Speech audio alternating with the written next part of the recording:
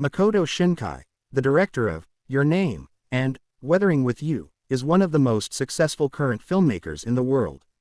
His latest, Suzume, has already grossed over $200 million worldwide, a massive hit in both his home country of Japan but also in China, where it's already the highest-grossing Japanese film ever imported to that country.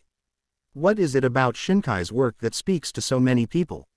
First, it's gorgeous. He's a master of light and shadows, shading his animated dramas with visual acumen that simply makes them more enchanting.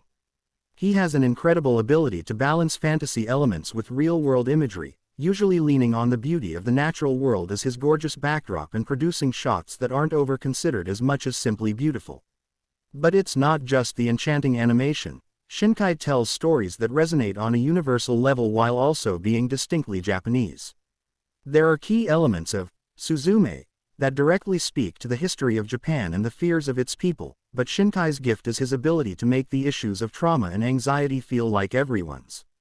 Suzume isn't quite the masterpiece that is Your Name, but I wouldn't blame anyone for falling in love with it. Suzume Iwato is an ordinary 17-year-old living on the island of Kyushu in southwestern Japan. She lost her mother over a decade ago and has been raised by a supportive aunt, but questions linger about exactly what happened when she was young.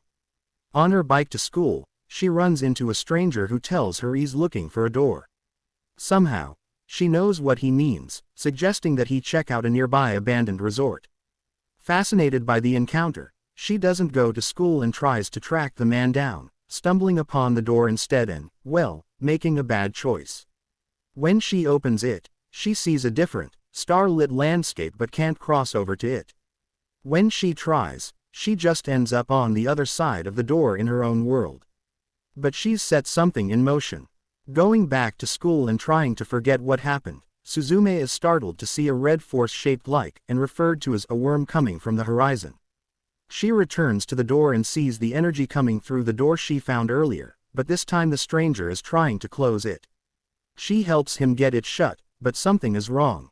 It turns out, of course, that Suzume's meddling earlier has unleashed something. Most people can't see the force that can come through these doors, but it's what causes earthquakes in Japan. Before you know it, the man, whose name is Soda, has been transformed into a talking chair, and a mischievous cat is trailing them as they travel the country and try and keep the worms from causing more natural disasters. There are roughly 1,500 earthquakes annually in Japan, and the action of Suzume directly references a major one in Tohoku in 2011 that's often referred to only by its date, 3.11. Shinkai's gift is his ability to tie the national fear over another 3.11 into a coming-of-age fantasy with yaoi-friendly storytelling. He's been compared to Hayao Miyazaki, and this new film even name-drops one of Ghibli's best films, Whisper of the Heart, for reasons that will be clear to anyone who knows that flick, because the two filmmakers know how to depict a connection to the natural and spiritual worlds using emotional storytelling. Shinkai takes an even closer look at issues like trauma, loss, and anxiety than the legend.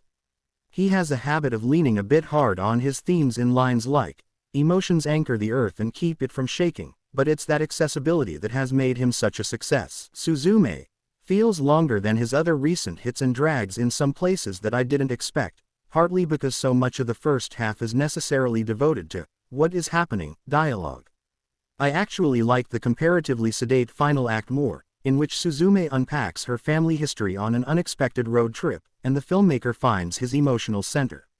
This material is much stronger than the kind of mediocre design of the phallic earthquake worms of the vision of something called the Ever After and the chaos of the setup that removes a lot of agency from the title character.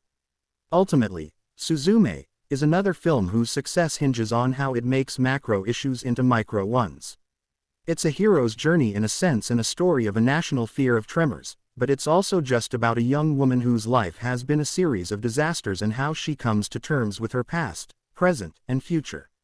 It just happens to be with the help of a talking chair, a magical cat, and a door to a parallel dimension. Shinkai's work is so heartfelt in the way he weaves his deeply empathetic themes through sun-kissed visuals. Like the best animated filmmakers, we see the magic in what he does. And we also see ourselves.